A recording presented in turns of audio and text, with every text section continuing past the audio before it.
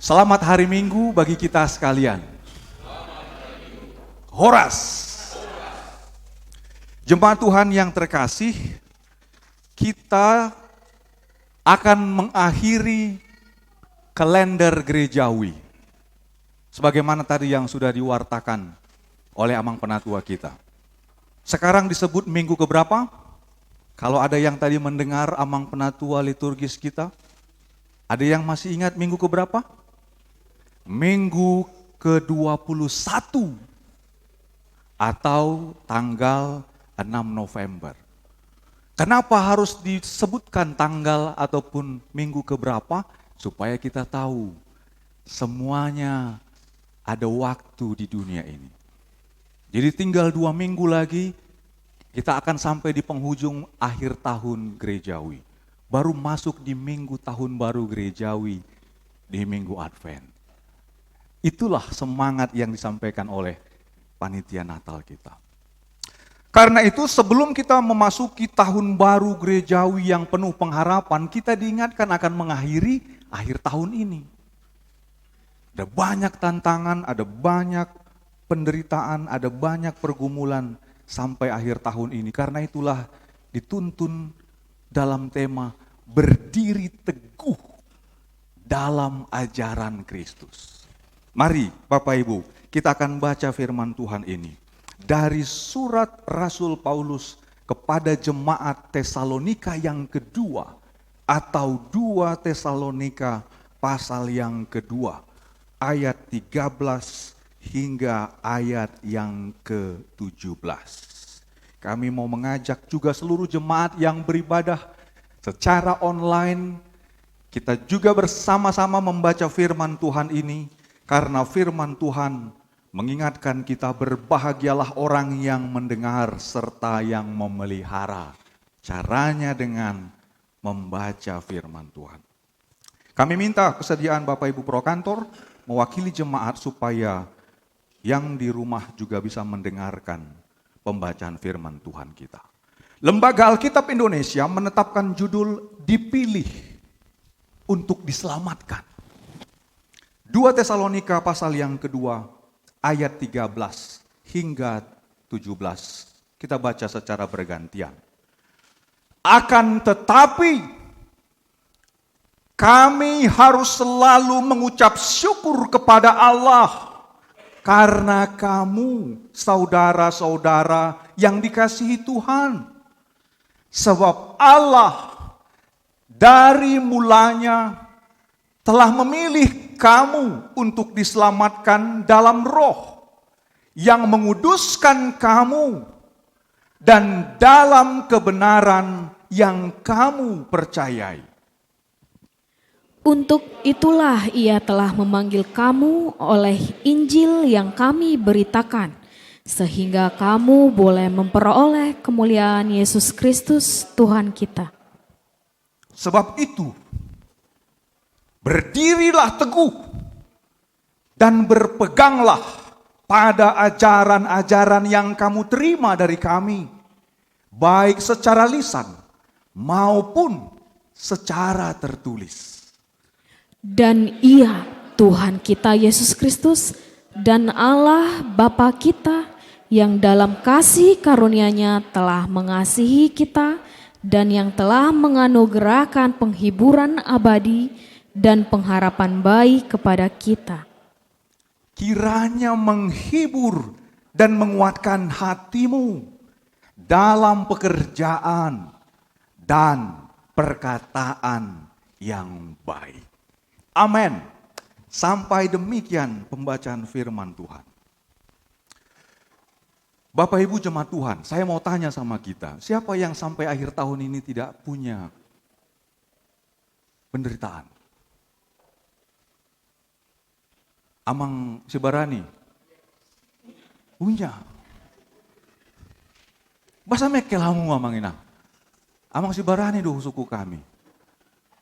Karena sebelum Amang Sibarani saya tanya, Amang Sibarani sudah mencoba menguatkan teman yang di sampingnya. Adong do pergumulanmu. Ina.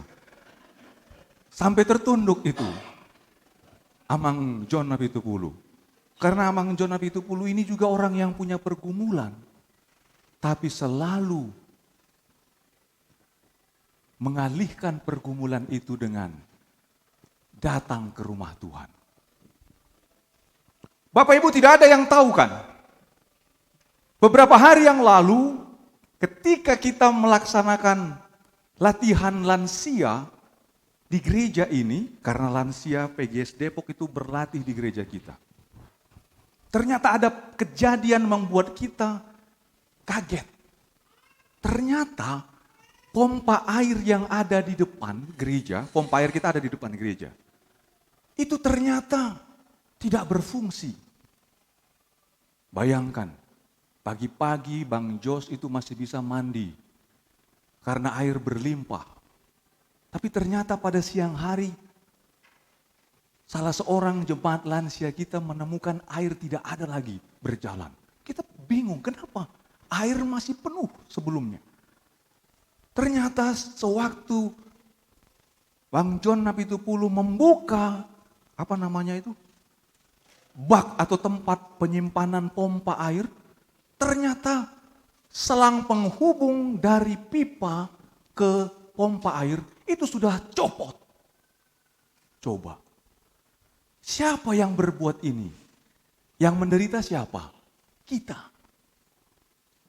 Sering sekali kita menghadapi peristiwa-peristiwa, kita bukan berbuat sesuatu hal yang salah, tapi kita menanggung akibatnya. Itu masih salah satu bentuk penderitaan. Sehingga air susah. Bang John membantu para lansia menyiapkan air. Karena repot. Kalau lansia mau ke toilet, tidak ada air, sulit. Akhirnya dipersiapkan. Kemudian Bang John langsung berkomunikasi dengan Amang Ketua Sarpras kita. Pada sore harinya, itu segera kita tangani supaya tidak menjadi beban penderitaan bagi setiap orang yang mau datang ke rumah Tuhan. Bapak Ibu, saya tahu ada banyak pergumulan, penderitaan, sakit yang kita hadapi. Banyak. Karena itulah bagaimana situasi yang digambarkan oleh jemaat Tuhan di dalam kehidupan orang-orang Tesalonika itu sangat berat. Dari mana kita bisa tahu? Saya mau ajak kita baca surat Paulus kepada Tesalonika yang pertama. Tadi kita baca yang kedua, ini mundur beberapa pasal. Karena begitu berat penderitaan mereka, kita mau tahu apa sih yang dialami mereka, supaya kita juga bersyukur. Ternyata bukan hanya kita yang menderita. Sejak dahulu pun orang-orang yang percaya sama Tuhan mengalami hal yang sama. 1 Tesalonika pasal yang ke-1. Dimulai dari ayat yang ketiga. Kalau sudah menemukannya Bapak Ibu, kita katakan amin. Kita baca ayat yang ketiga sampai dengan ayat yang ke-6. Dimulai dari laki-laki ayat yang ketiga, perempuan ayat yang ke-4 sampai 6. 2, 3, iya. Sebab kami selalu mengingat pekerjaan imanmu, usaha kasihmu, dan ketekunan pengharapanmu kepada Tuhan kita Yesus Kristus di hadapan Allah dan Bapa kita.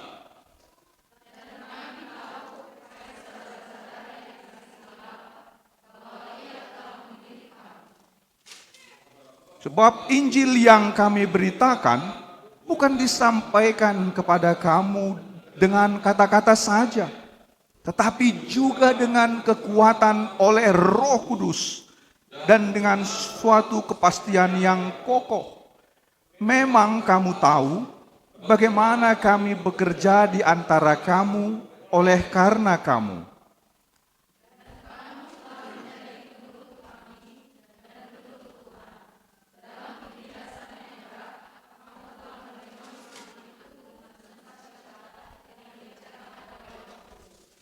Apa artinya penindasan yang berat? Inang. Bahasa Bataknya, marukil situtu. Bayangkan. Apa artinya? Amang Sibarani marukil situtu.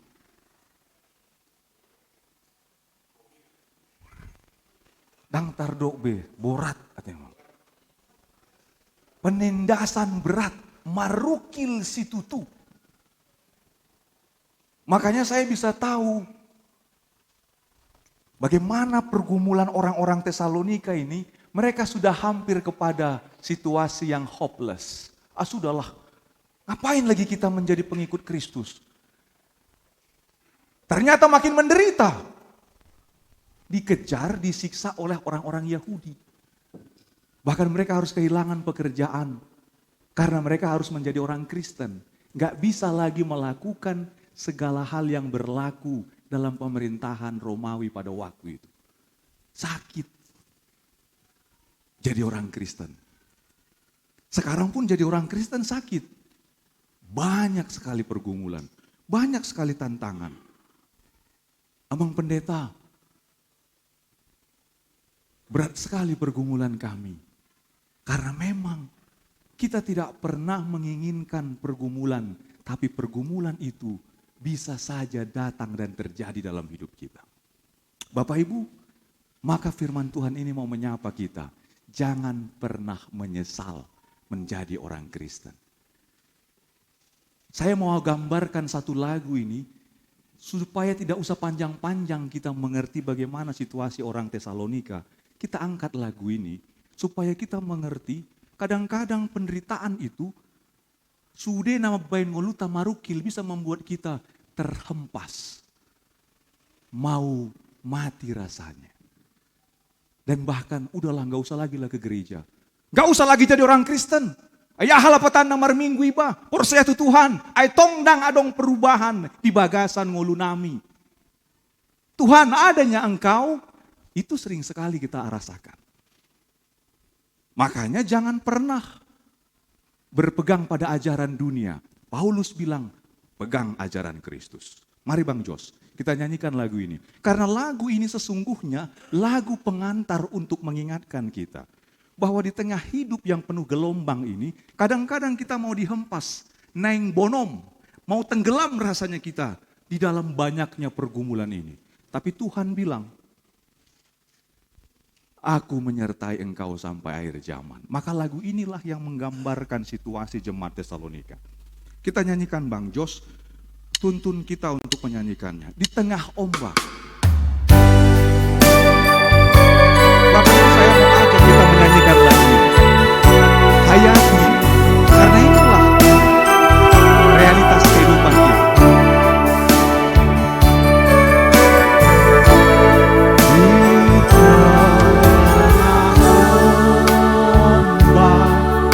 Dan arus pencobaan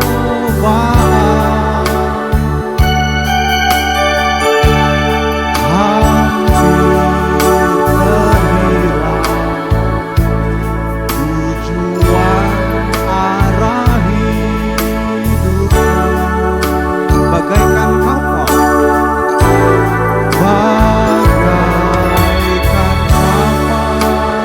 yang ombak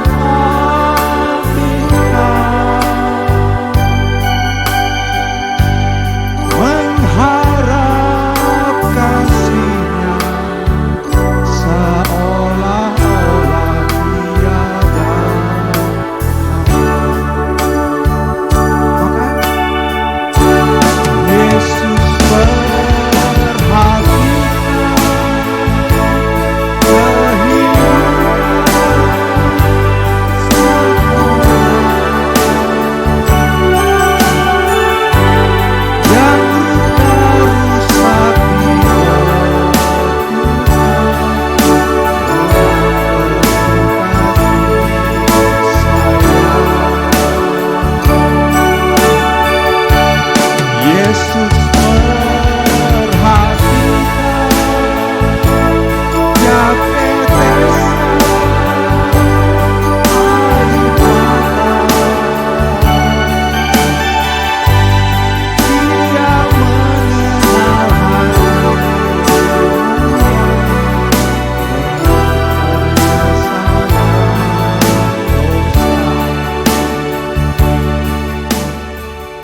Bapak Ibu, begitulah orang Tesalonika.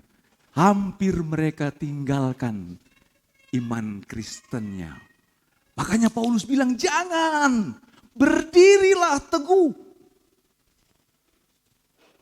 Kenapa?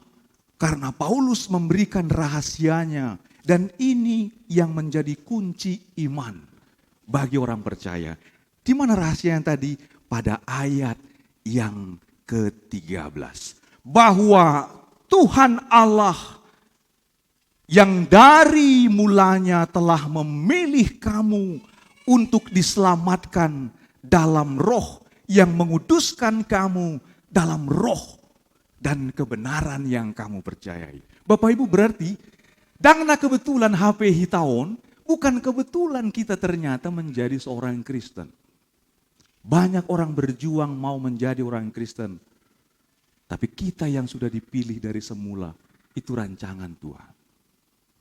Makanya ini yang membuat ketika kita mau marukil, akhirnya kita jadi. Ada satu orang ibu yang hari Selasa yang lalu kami pergi ke rumahnya berdoa. Ternyata sudah 76 tahun umurnya. Tetapi dia baru melewati masa yang begitu berat. 2 minggu di Medan, hampir tidak tertolong, dilarikan ke Jakarta. Di rumah sakit, hampir sebulan lebih terbaring lemah, tidak berdaya. Mau ngangkat kakinya saja berbalik ke kiri dan ke kanan, tidak bisa. Tidak bisa makan dan minum. Hanya pakai selang dari hidung. Kalau tidak dilatih, kata dokter, maka fungsi tenggorokan dan lidah akan disfungsi, artinya cacat. Kalau orang sudah nggak bisa minum dan makan, ini yang tiba-tiba sulit bernapas dan stop. Bapak Ibu, Inang itu menangis. Sampai anaknya bertelepon, Amang tolong datang untuk berdoa bagi kami. Saya katakan, Inang, apa yang kau rasakan? Aku sudah tidak kuat, Amang. Apa yang membuat dia menangis? Bagaimana aku? Mau mati kah aku, Amang? Dia bilang. Inang, kalau engkau pun mau mati, ingat Tuhan Yesus sudah menyelamatkanmu. Karena engkau istri seorang guru jemaat. Kebetulan Inang ini dulu adalah istri guru jemaat di Medan. Ingat iman itu Inang, saya bilang. Ya Amang. Inang mau kita perjamuan kudus? Mau. Bayangkan. Akhirnya kami layankan perjamuan kudus dalam waktu yang begitu mendesak. Saya katakan kepada semua anak-anaknya, kumpul. Mereka kumpul besoknya. Karena ini urgen. Saya katakan kalau masih ada sangkut paut, salah. Di dalam hati kalian terhadap orang tua. Demikian juga hoinang, tua kayana komudo popum. Ayo bermaaf-maafan. Bapak Ibu, kita tidak tahu. Tapi itu penderitaan. Kenapa? Dia bilang sakit semua badanku. Saya harus kasih tahu. Ternyata saya ditahan pulang sama keluarga. Amang jangan pulang dulu ya. Kenapa? Karena dokter bilang satu cara yang harus kita lakukan apa itu? Diambil sumsum dari tulang belakang. Bapak Ibu, lansia 76 tahun, masih ada enggak sumsumnya? Masih ada enggak? Dokter berjuang, Pak Pendeta, temani saya, kita sama-sama. Jadi saya memegang ibu ini, Pak dokter membuat perlengkapan, dimasukkan suntik. Aduh Tuhan, Bapak Ibu saya saja melihat suntiknya takut.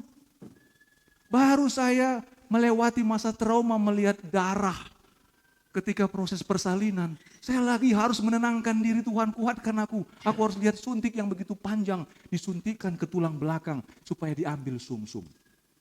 Apa yang terjadi? 3 kali dokter itu menyuntikkan sampai tisu.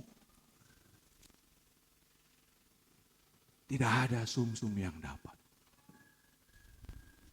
Saya pun takut, Tuhan bagaimana ini? Inikah akhirnya? Bapak Ibu, ternyata bukan itu akhirnya. Itulah yang disebut dengan Yesus perhatikan kehidupan setiap orang. Ternyata Tuhan mendengar tangisan borunya. Tuhan mendengar tangisan pahopunya. Tuhan mendengar tangisan semua hamba-hamba Tuhan yang berdoa. Bayangkan apa yang terjadi. Besoknya rasa sakit 3 hari tidak bisa dibendung. Makin menjerit karena habis disuntik. Amang pendeta tolong doakan. Iya, kita berdoa, saya bilang. Lewat 3 hari makin baik, makin baik, makin baik. Karena itulah kemarin kami berdoa, ternyata Tuhan melewatkannya menghadapi penderitaan. Bapak Ibu, jangan kita kira menjadi orang Kristen itu kadang-kadang enak. Kadang-kadang penderitaan itu membuat kita nggak bisa lagi menghadapi hidup. Tapi jangan berhenti. Ingat ada ajaran Tuhan Yesus. Aku menyertai kamu sampai akhir zaman. Jadi unang alani parukilan ni ngolum, laos di paluaho hapor siaumu. Jangan karena pergumulan, jangan karena persoalan-persoalan kau lepaskan imanmu dari Tuhan. Jangan. Kenapa? Karena itu namanya sia-sia. Karena itu Paulus berkata bahwa pegang ajaran Kristus. Yang kedua Paulus berkata kepada orang-orang yang ada di Tesalonika, tetaplah berdoa. Ini dia. Berdoalah karena ternyata berdoa ini bukan hanya sebuah aktivitas rohani. Bukan. Doa ini sungguh-sungguh punya kuasa. Doa ini sungguh-sungguh punya kekuatan. Itulah tadi yang mengingatkan kita ketika Amang Penatua kita berdoa. Tidak ada yang mustahil bagi Tuhan. Karena itu jangan pernah ragu-ragu berdoa. Jangan pernah ragu-ragu untuk berdoa. Karena Tuhan selalu mendengarkan setiap seruan dan doa kita. Paulus ingatkan pegang ajaran bahwa iman kepada Kristus sudah menyelamatkan kita.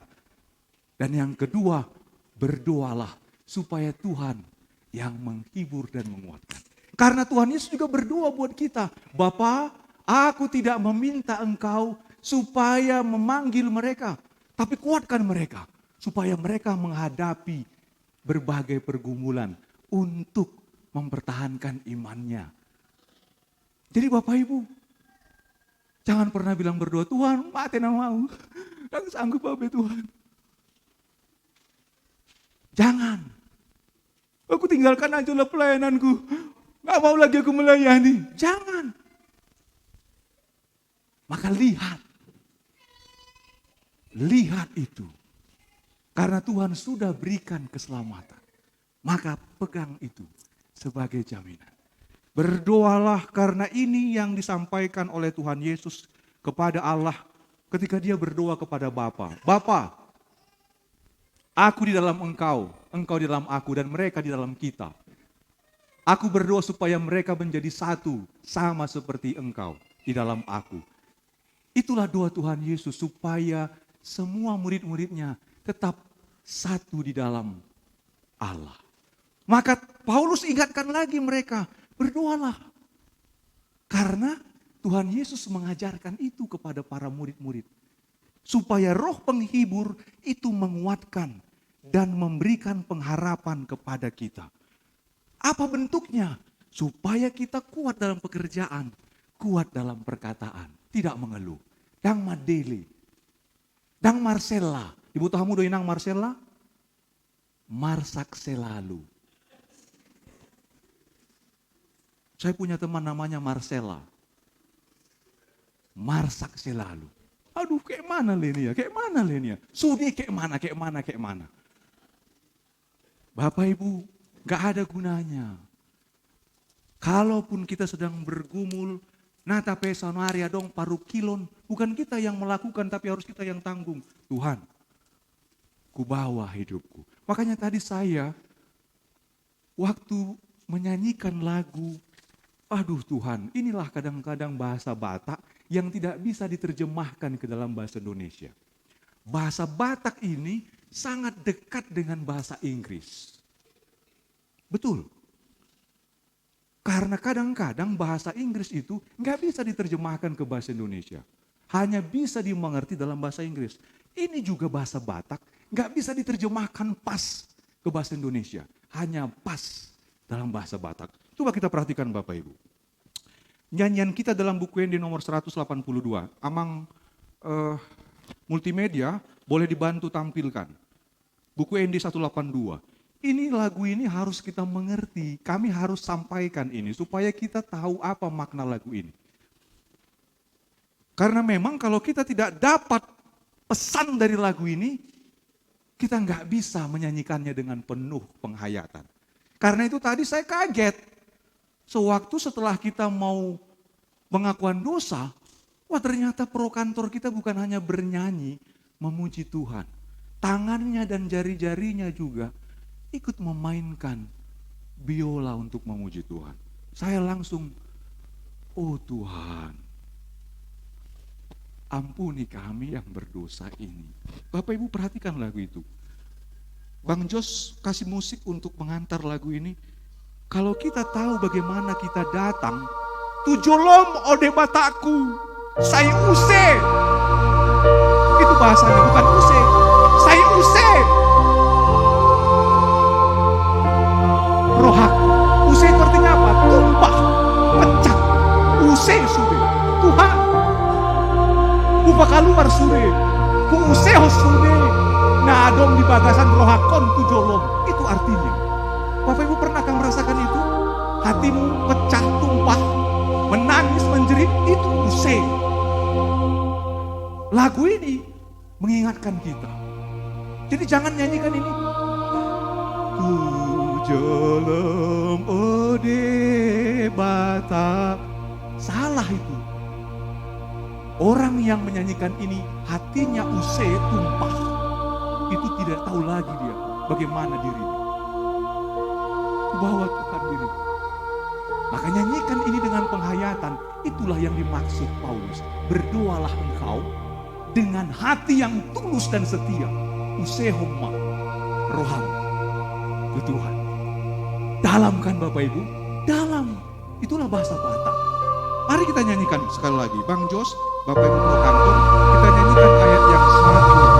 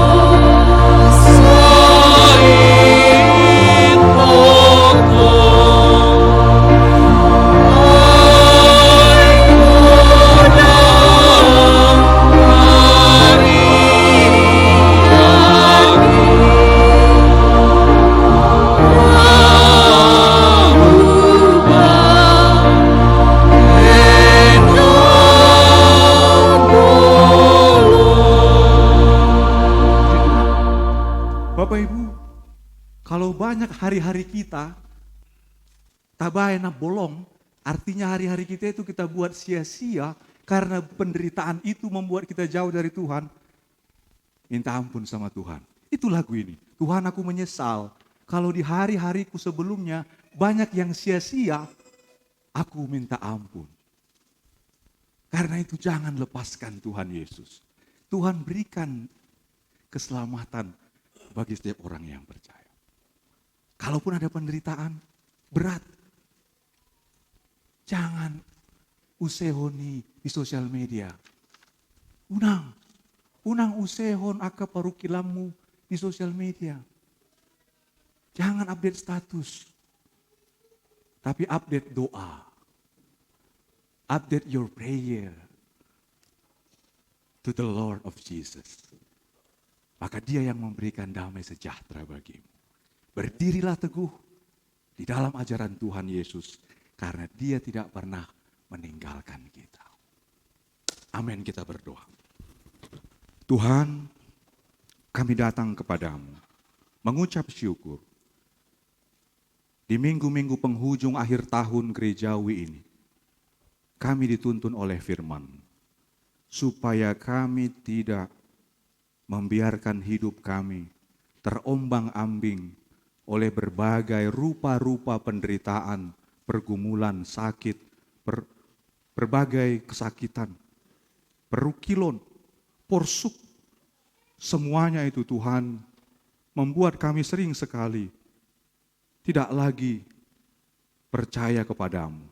Kami sering meninggalkan iman kami untuk tidak lagi datang kepadamu.